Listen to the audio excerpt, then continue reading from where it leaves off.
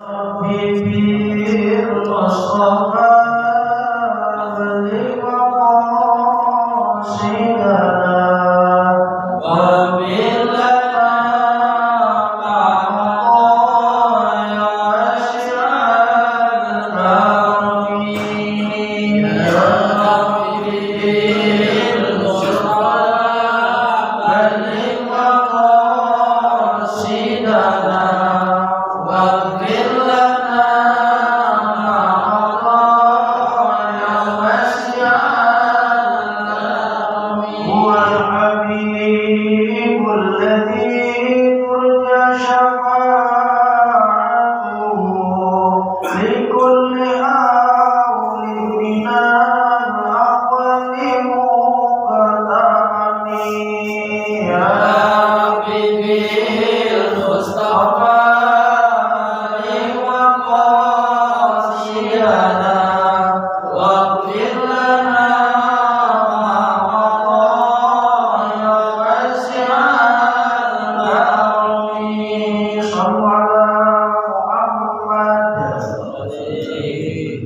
Bismillahirrahmanirrahim.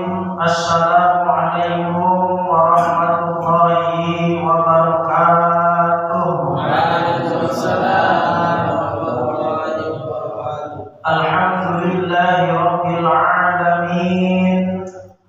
Wa bihi nasta'in ala umuri dunya waddin. Wassalatu wassalamu ala sayyidina wa ala alihi wa sahbihi wa ummatihi ajma'in. La ilaha illallah qabla kulli ahad, la ilaha illallah ba'da kulli ahad, la ilaha illallah yabqa rabbuna wa yafna kullu ahad amma ba'da. Hadirin bapak-bapak para jamaah yang dimuliakan Allah Subhanahu wa taala, semoga semuanya dalam keadaan sehat walafiat. Pertama-tama marilah kita panjatkan rasa syukur kita kepada Allah yang mana sampai detik malam hari ini kita masih terus diberikan kenikmatan, baik nikmat yang bersifat jasmani ataupun nikmat-nikmat yang bersifat rohani. Nikmat jasmani diberikan Allah kepada yang berakal ataupun tidak berakal. Manusia berakal, binatang tidak berakal.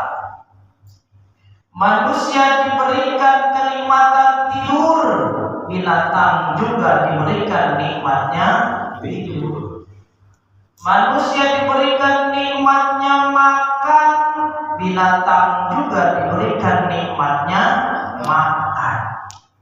Manusia diberikan nikmatnya kawin, binatang pun diberikan nikmatnya kawin.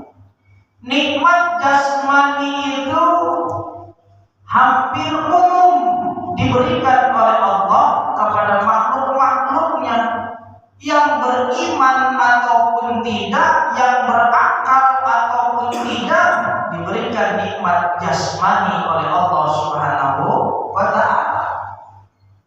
Orang mukmin makan, orang kafir juga makan.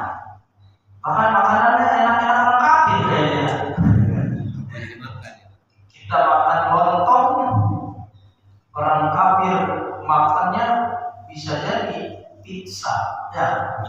Kita makan bakwan, orang kafir makannya apa? Bisa jadi roti-roti yang enak. Sama mendapatkan nikmat jasmani, tapi ada nikmat yang tidak diberikan Allah kepada setiap makhluknya, meskipun sama-sama berakal, meskipun sama-sama disebut manusia, tapi tidak semua manusia mendapatkan nikmat itu, yaitu nikmat iman dan Islam. Maka bapak-bapak, para jamaah semuanya yang saat ini masih diberikan iman oleh Allah, digerakkan untuk ibadah oleh Allah, itulah kenikmatan yang luar biasa yang tidak setiap orang, meskipun sama-sama berakal, meskipun sama-sama disebut manusia, tapi tidak mendapatkan nikmat ibadah dan beriman kepada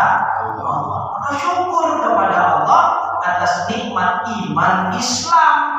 Oleh karena itu para ulama, para mubaligh mengatakan nikmat yang paling agung yaitu nikmat iman Islam, karena tidak setiap manusia dan tidak setiap orang yang berakal pula itu diberikan keimanan oleh Allah. Maka beruntung bapak-bapak sampai malam hari ini masih sholat berjamaah Isya, masih bisa dulu menyempatkan diri thalabul ilmi. Ini merupakan nikmat yang tidak diberikan Allah kepada manusia yang lainnya, kecuali orang-orang yang dibimbing, yang dikehendaki baik oleh Allah Subhanahu wa ta'ala. Tapi dengan niat taklim itu untuk apa?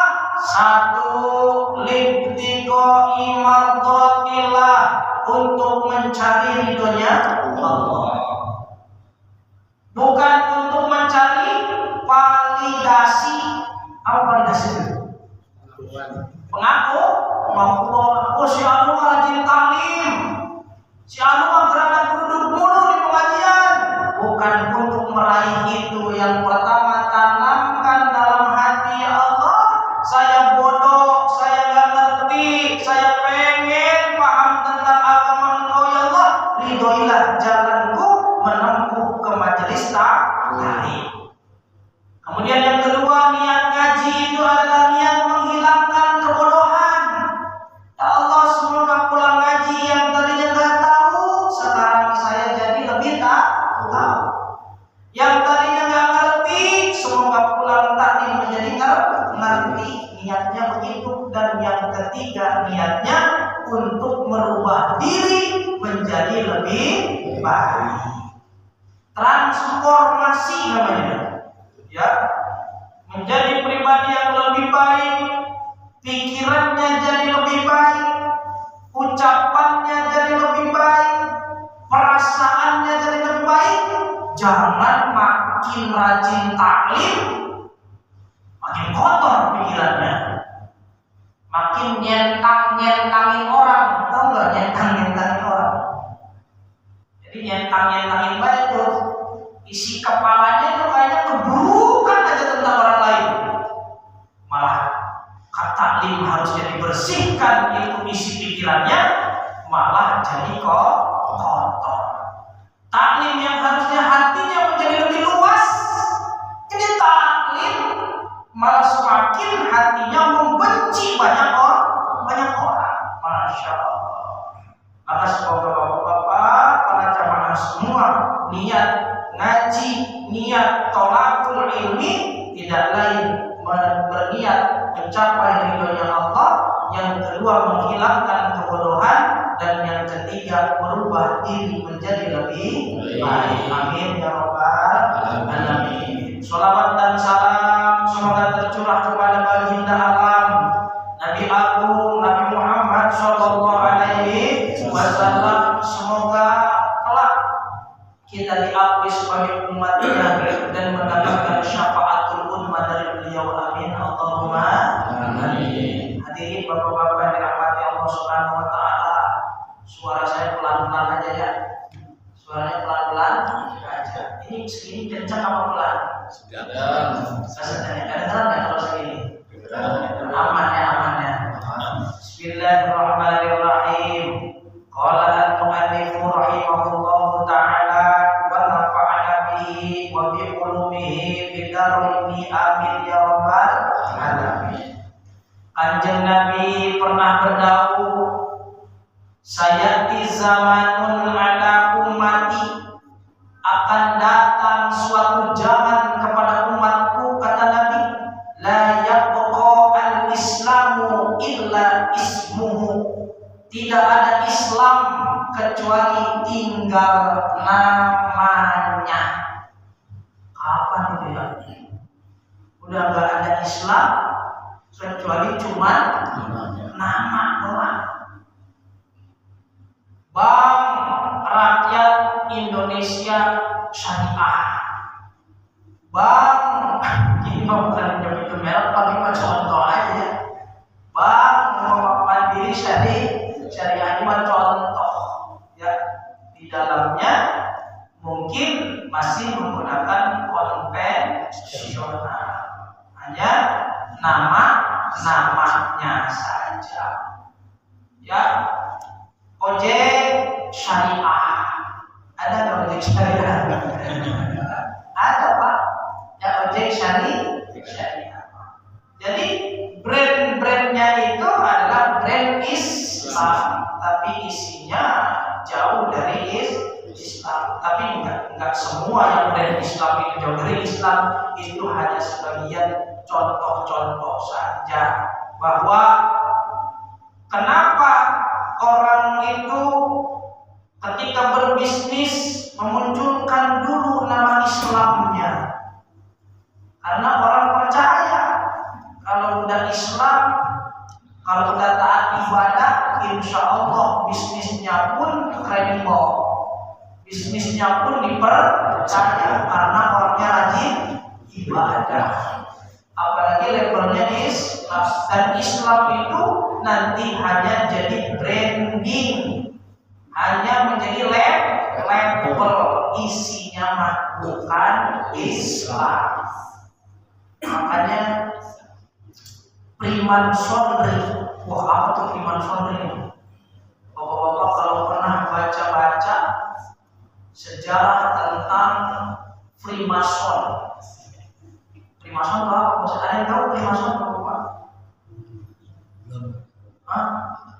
Freemason belum tahu.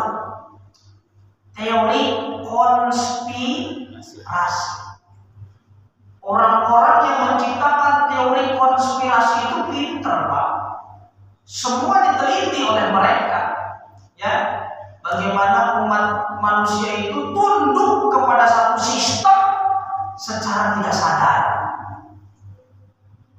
Islam, tapi kita sudah tunduk kepada aturan yang bukan Islam. Dan kita tidak bisa melawan. Kita sudah terperangkap di dalamnya. Itu namanya konspirasi. Wah, tinggi banget Pak Ustaz materinya konspirasi. Enggak bakal cerita konspirasi. Ya, itu mah cuma sekelumit saja. Bahwa kita ini dulu waktu zamannya perang salib, Salahuddin Al-Ayyubi itu ngobrol dengan Raja Richard namanya. Raja Richard itu pemimpin dari pasukan salib. Ngobrol Pak, jadi malamnya ngobrol dulu, orang mau perang ngobrol dulu. Kebiasaan orang zaman dulu. Walaupun besoknya akan berkecamuk perang. Kata Raja Richard, "Hei Saladin, apa strategi kamu untuk mengalahkan pasukan kami?"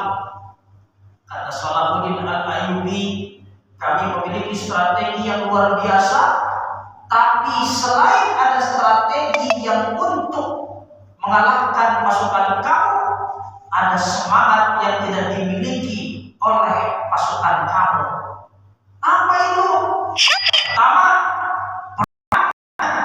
pasukanku didorong oleh firman Allah, yaitu jihad. Kalau udah jihad, slogannya dua Pak. Mut syahidan ish kalimat al-mut syahidan. Hidup mulia atau mati syahid. Jadi dua-duanya baik.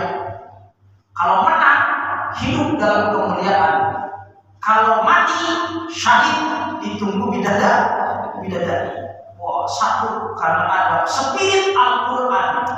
Yang kedua, karena mengalir di dalam semangat kami jiwa perjuangan Rasulullah SAW. Yang ketiga, mengalir di dalam diri kami nasihat-nasihat para ulama.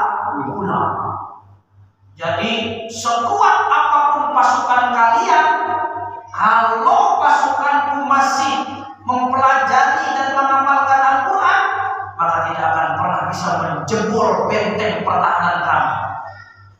Sekuat apapun, secanggih apapun persenjataan kalian, kalau spirit dari pasukan kami adalah sunnah Rasulullah SAW, maka tidak akan pernah ada senjata apapun yang dapat membobol pertahanan kami.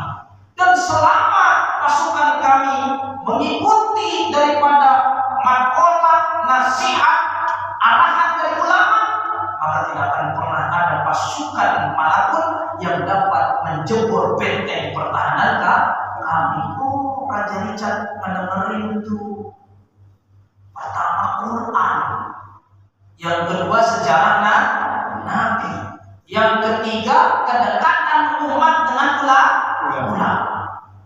3 poin itu bagaimana nanti supaya menjadi misi selanjutnya orang-orang yang kalah dalam perang itu dan akan digembar-gemborkan kepada umat Islam yang lain. Ada perang berkecamuk dua, tapi sebelum perang itu Raja Richard ceramah, hei pasukan-pasukan salib, nanti kalau kita kalah dalam peperangan melawan kaum muslimin, kalian yang masih hidup jalankan 3 misi ini. Apa yang pertama?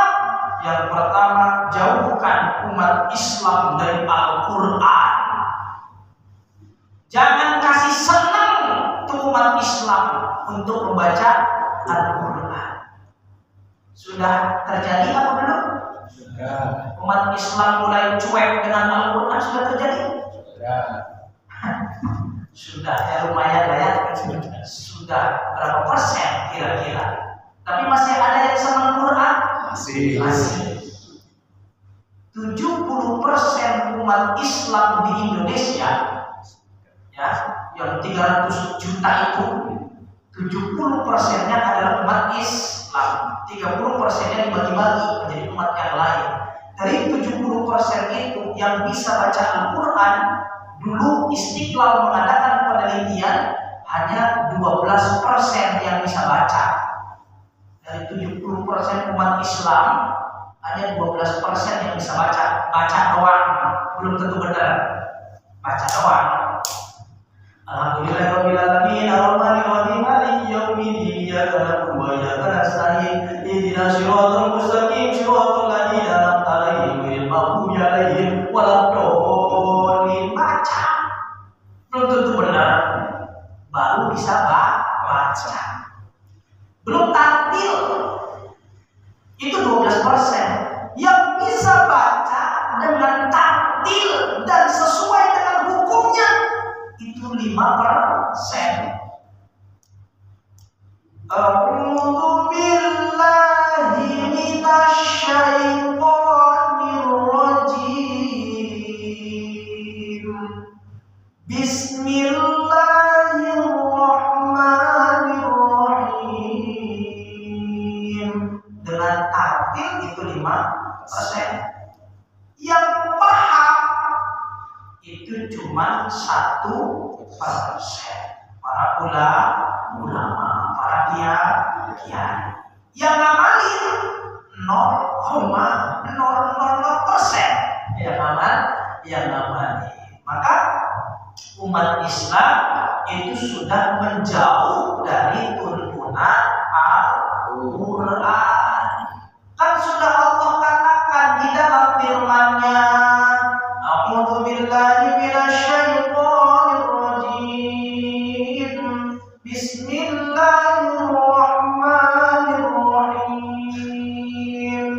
Wa man aqrada 'an dzikri fa inna lahu ma'isyatan dhanka wa nahsyuruhu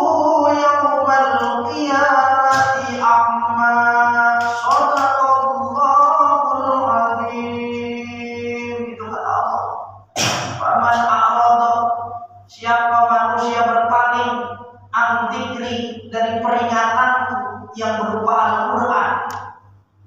Zikri itu peringatan yang berupa Al-Quran. Fa inna lahu, maka sesungguhnya bagi dia ma'isyatan dongka, penghidupan yang sempit, bisnis bangkrut mulu, usaha macet aja macet, rezeki kesedet-sedet. Mungkin kita jauh dari Al-Quran. Itu kata Allah. Maisha itu pengupur jiwa. Kalau kata orang Jawa, pengupur jiwa. Ada orang Jawa nggak? Apa pengupur jiwa itu bahasa Indonesianya apa, Pak? Mata pencaharian. Mata pencaharian itu jalan rezeki. Jadi orang yang berpaling dari peringatan bukan sebagai bacaan ya, Pak.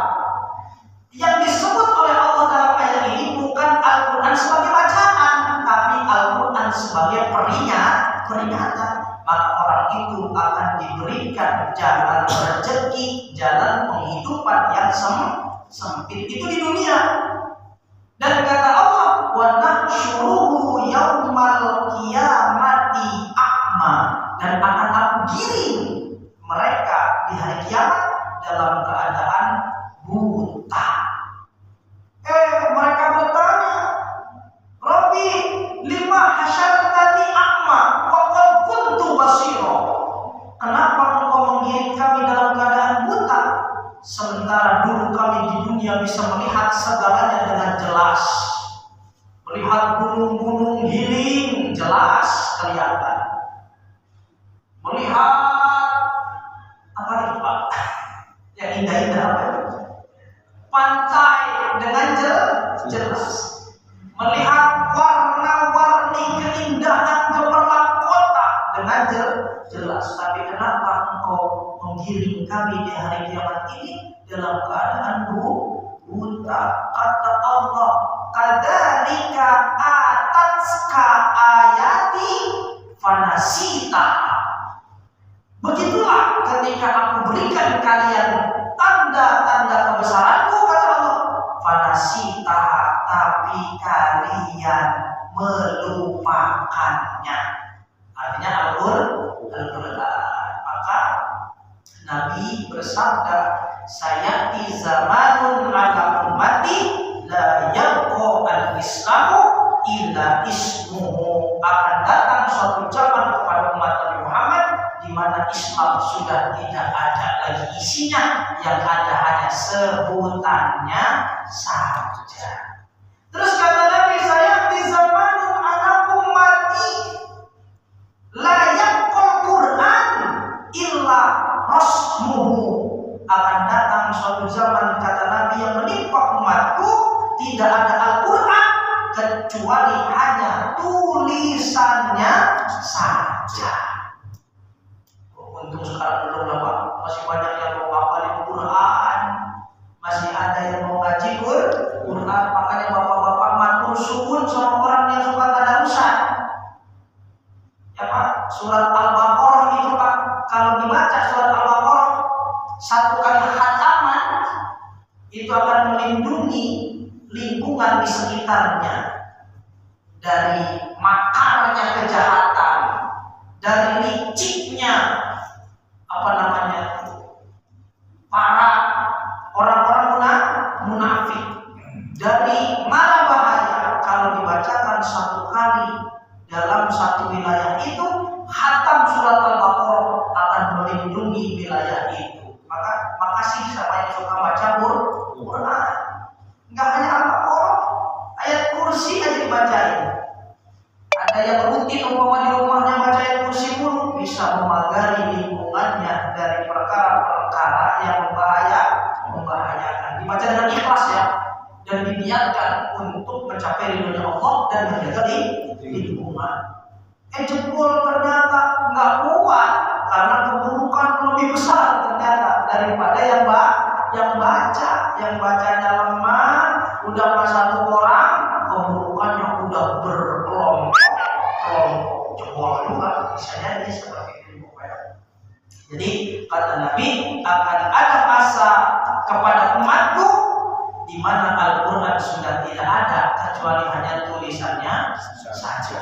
Sekarang mah masih lumayan lah, masih pakai Quran, masih ada yang baca, masih ada yang mau ngapalin Quran. Tapi kalau sudah tidak ada yang menghafal Quran, disitulah saatnya ya zaman bertemu dengan titik di mana kehancuran akan menimpa umat manusia. Alhamdulillah min. Akhirnya si Raja Richard itu memerintahkan kepada pasukannya, nanti kalau kita kalah, kita tetap pertama misinya adalah jauhkan umat Islam dari Al-Quran. Banyakin hiburan katanya, banyakin hiburan, banyakin bacaan yang menarik yang bukan Al-Quran, banyakin tontonan sehingga terlena untuk membuka dan membaca Al-Quran. Jadi 3F aja, 3F untuk menghancurkan umat Islam itu 3F aja dulu. Yang pertama food, makanan. Jadi rusaklah umat Islam otaknya, tubuhnya dengan makanan yang instan, yang tidak menumbuhkan kesehatan, bahkan nanti merusak jaringan otak. Food. Yang kedua fashion. Kasih aja umat Islam tuh model-model yang keren, perempuan-perempuannya nanti ikutin, sehingga mereka melepas hijabnya, melepas komisnya, membuka auratnya, mempertontonkan di hadapan yang bukan mahramnya. Itu fashion, sehingga perempuan sudah tidak ada harga dirinya. Padahal kata Nabi, al-mar'atu imadul bilad, bahwa perempuan itu adalah tiangnya negara. Kalau di suatu negara perempuannya fasadat, rusak karakternya, rusak cara pandangnya, maka negara itu pun akan rusak. Tapi kata Nabi, kalau perempuan di negara tersebut punya pandangan yang baik, punya sifat-sifat dan karakter yang baik, maka negara itu akan menjadi baik. Kenapa perempuan, Pak Ustaz? Wah, ini panjang nih keterangannya nih. Panjang keterangannya. Ya, karena ngaji kita sampai jam 8:30 kurang aja. Ini di seberang sana ada apa namanya, pesta untuk pencalonan ketua RW. Jadi saya nanti menyeberang ke sana ya, mohon izin ya. Ini seberang sini bisa kali itu kelihatan. Ya, jadi ketika perempuan suatu negara itu baik, maka negara akan baik. Tapi ketika negara itu perempuannya rusak, maka negaranya akan rusak. Tapi kalau kedengaran perempuan ini kayaknya, kenapa sih selalu perempuan yang disalahin? Ada laki-lakinya aja, laki-lakinya blow on, laki-lakinya aja tidak punya sifat imam, tidak punya kapasitas ilmu yang mumpuni, dia kalah sama perempuan. Laki-laki yang kadang-kadang berilmu saja masih kalah dengan perempuan, apalagi laki-laki yang tidak berilmu. Wah, diinjak-injak sama perempuan. Apalagi perempuan sekarang kuat-kuat, bapak-bapak, kan namanya ras terkuat di dunia, mama. Jadi kenapa perempuan? Nanti dibahasnya pertanyaan itu di pertemuan yang akan datang, karena itu panjang, menyangkut psikologi dan sosiologi, Pak. Pak, nih saya tanya dulu, laki-laki itu godaan terberatnya apa, Pak? Bener kan ya? Wah, itu 100% lo jawabnya sama ya. Laki-laki godaan terberatnya apa? Perempuan. Apakah laki-laki benar-benar gila ngelihat mobil Lamborghini? Enggak terlalu. Apakah laki-laki benar-benar gila ngelihat jam Rolex? Enggak terlalu.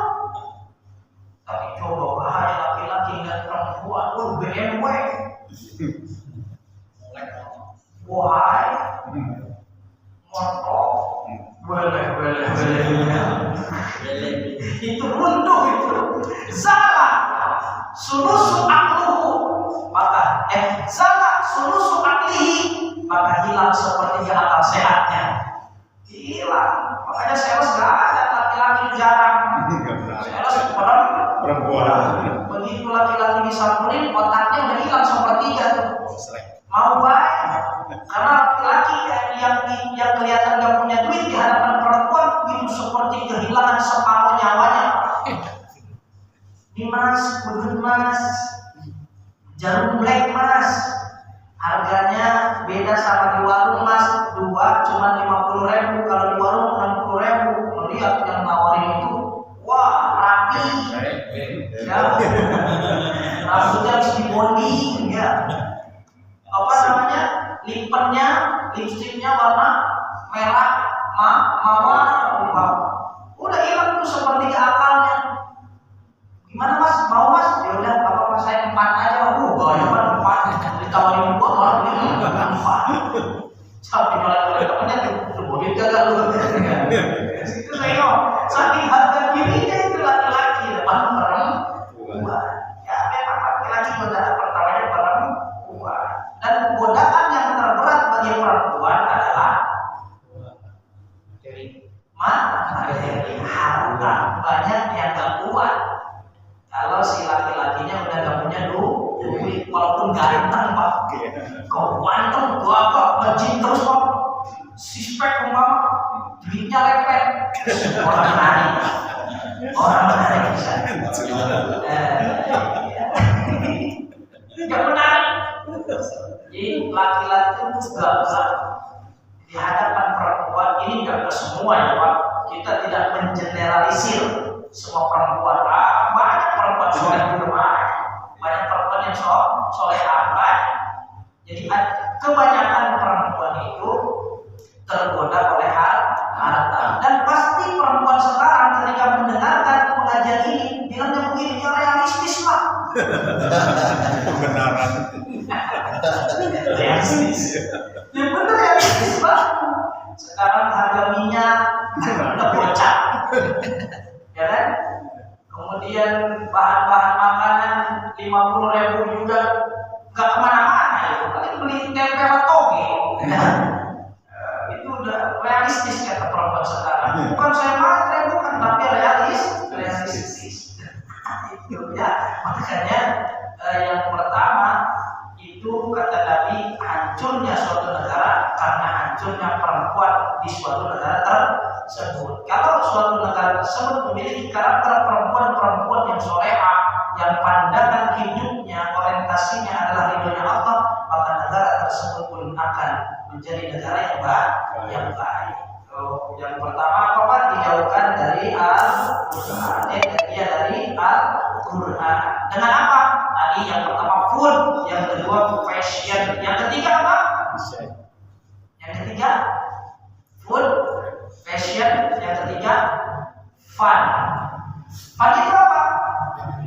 Fun itu hiburan. Banyakin aplikasi game. Bocah-bocah sibuk main game, lupa ngaji. Betul apa enggak? Bocah-bocah sibuk main game, top up, Roblox, kemudian koin lah, saldo, deposit, ya apa namanya itu gitu. Lupa ngapalin Quran. Sangel generasinya, otaknya nggak ada isinya, imannya tidak ditanam. Ya udah. Kata Nabi, kabusa isaili, umat Islam di masa depan seperti buih yang ada di lautan, banyaknya doang, isinya kagak ada. Ditiup angin juga hilang. Isi otaknya gak ada apa-apa. Begitu dibedah otaknya, loh, kok gak ada apa-apa ini isi otaknya nih?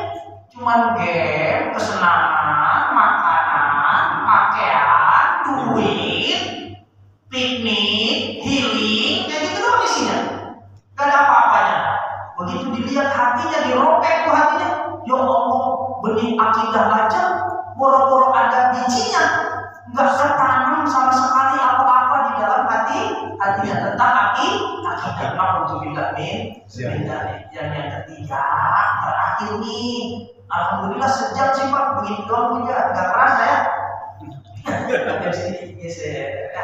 Yang ketiga, kata King Richard kepada pasukannya, jauhkan umat Islam dari ulama.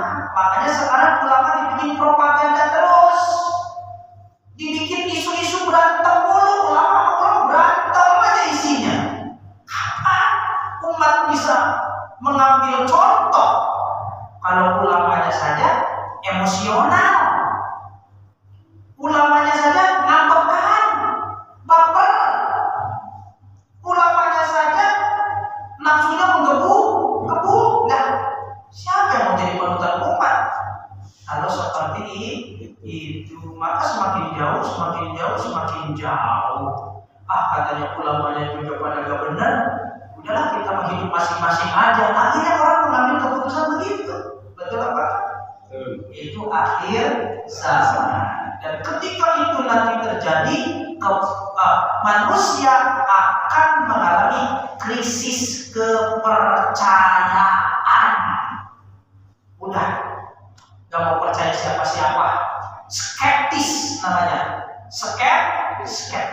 Nah itulah Bapak yang dirahmati Allah Subhanahu wa Ta'ala.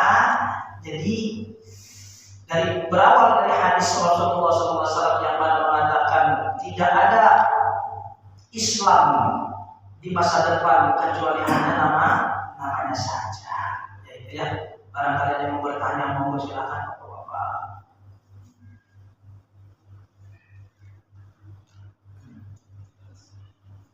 Ada yang mau tanya? Mau masalah?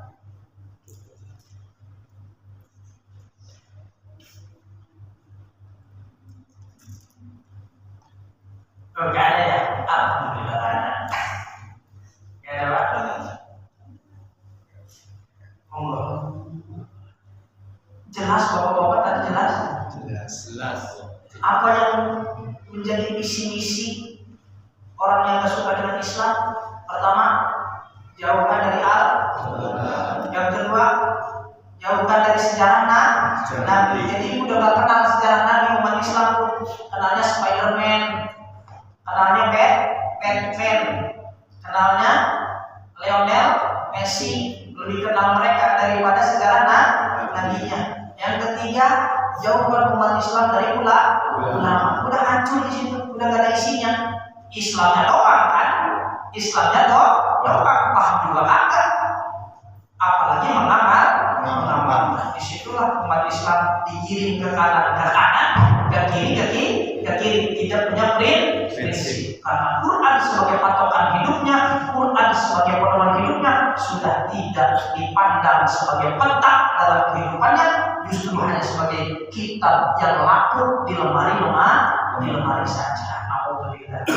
Jadi semoga keturunan kita, zuriat kita, anak famili kita selalu diarahkan oleh Allah dengan hidayahnya, selalu diarahkan oleh Allah dengan taufiknya untuk selalu beribadah, mengenal Allah, mengenal sirah nabinya, mengenal ulama-ulamanya dan mencintai agamanya. Amin ya rabbal alamin. Al-Fatihah.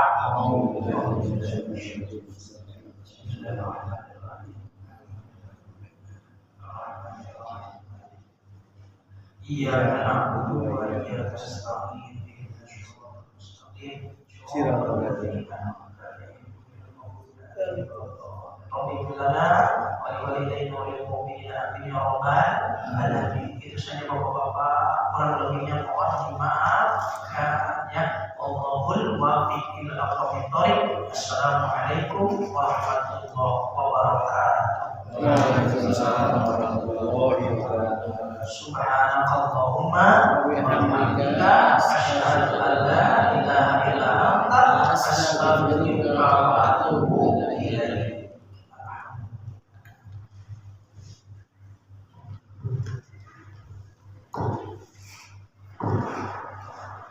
Demikianlah